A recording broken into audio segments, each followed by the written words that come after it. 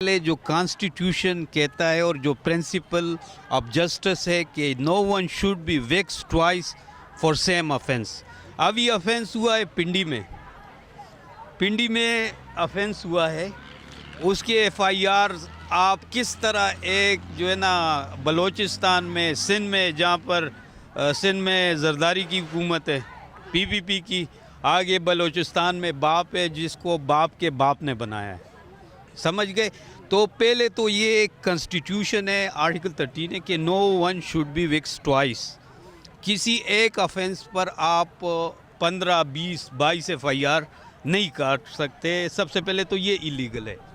तो इसके बाद जो है ना इसके बारे में जस्टिस जो प्रीवियस सेम केस था सेम नेचर वही ट्वीट का, उसके बारे में justice Babar Sattar justice Islamabad high court की क्लियर एक्सप्रेस वर्डिक है कि आप ट्वीट पर एफआईआर नहीं कर सकते।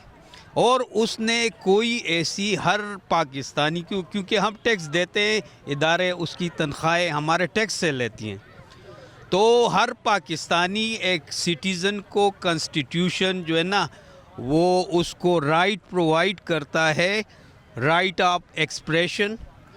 तो उसने एक क्वेश्चन कर लिया कि ये जो है ना हमें जवाब चाहिए कि आपकी तनख्वाह इतनी है, आपकी टोटल 3 करोड़ तक आपकी जो है ना वो बनती है कम्यूटेशन। आज़म सवाती के जो सवालात तो बहुत चुभने वाले थे, ज़ाहिर है वो तो सबको ही पता है कि वो ऐसे सवाल उठा रहे थे जो हम सब के दिल की आवाज़ थे और उन्होंने जुर्रत की। लेकिन मेरा सवाल आपसे जो है वो कानूनी नुक्ता निगाह से मैं आपसे पूछना ये चाह रही हूँ कि इस वक्त जो आज़म सवात को जिस कस्टडी में रखा गया है, क्या वो एफआईए की कस्टडी में है या वो यानी लीगल तौर पर एफआईआर कटने के बाद जैसे होता है कि रिमांड लिया जाता है और उसके बाद है किस कंडीशन में है उनका अभी? मैं इसमें ये अर्ज़ करूँगा, जो ये एफआईआर के जितने भी केसेस होते हैं इसलिए सबसे ज़रूरी ये होता है कि इंक्वायरी की जाती है, इंक्वायरी के बाद एफआईआर। ये पहले एफआईआर देते हैं जो इलीगल है, प्रोसीजर इसका इलीगल है, और उसके बाद पकड़ के आप उसका लिया रिमांड। जब रिमांड हो जाता तो रिमांड होने के बाद ये अपने पास एफआईआर वाले नहीं रखते। आपको भी पता, सबको पता, अब तो पूरी आवाम जानना शुरू हो गई है ये किस पैसे पर्दा और लोगों के हाथ चले। इन्वेस्टिगेशन वो करते हैं, जलील वो करते हैं, वीडियोज़ वो बनाते हैं, और एक अक्रेंस की 10-10, 12-12, 20-20 एफआईआर देना। आज़म स्वाति पर मेरी नॉलेज के मुताबिक अभी तक 40 के राउंड अबाउट एफआईआर हो चुकी हैं, बलोचिस्तान में भी हो चुकी हैं, कराची में भी हो चुकी हैं, और भी ये सारे का सारा इलीगल है। सुप्रीम कोर्ट के केस लाए, ये हो नहीं सकता। दूसरे नंबर पे ये दूसरा शहीद अरशद शरीफ साहब हैं, उनका केस देख लें, क्या उसके साथ नहीं हुआ? उसने बंदे ने का कसूर किया था और उसकी आज तक एफआईआर नहीं हुई।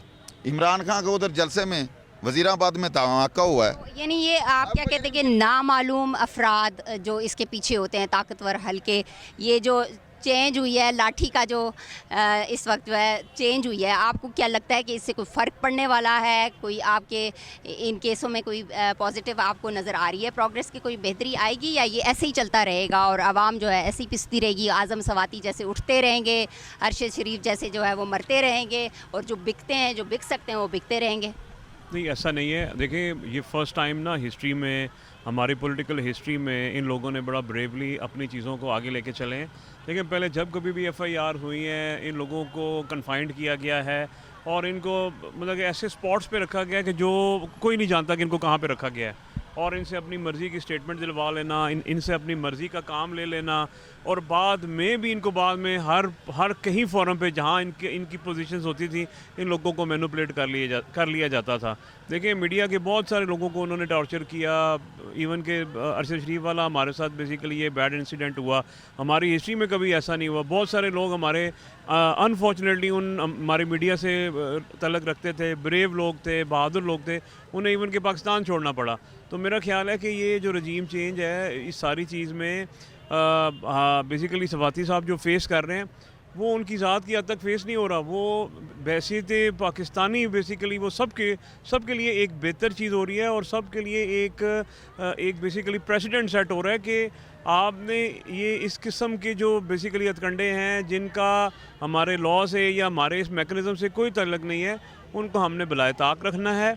और इस सिस्टम की बेहतरी के लिए, इस सिस्टम को आगे लेके जाने के लिए पॉलिटिकल जो विक्टिमाइजेशन है उससे अपने आप को बेसिकली बेहतर एक स्टेज पे लेके जाने के लिए ये सारी एफर्ट हो रही है। जी शुक्रिया बहुत। तो अभी मैं आपसे सिर्फ आखिरी सवाल ये करना चाहूँगी कि वकला तहरीक हमने पहले भी देखा कि जब हम चीफ़ जस्टिस की बहाली और ये सारा एक बहुत स्ट्रॉन्ग तहरीक बन के सामने आई।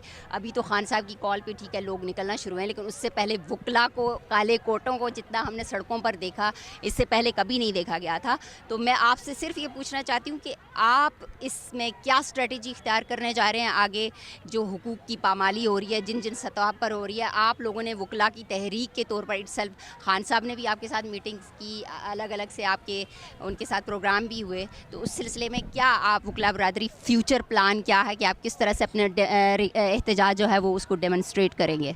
हमने कुछ दिन पहले एक हफ़्ता भी अभी नहीं हुआ, रूल ऑफ लॉ के लिए हमने बाकायदा तौर पर कन्वेंशन किया है। वकला हम सारे इकट्ठे हुए, हमारी जो लीडरशिप है ILF की वो इकट्ठी हुई है।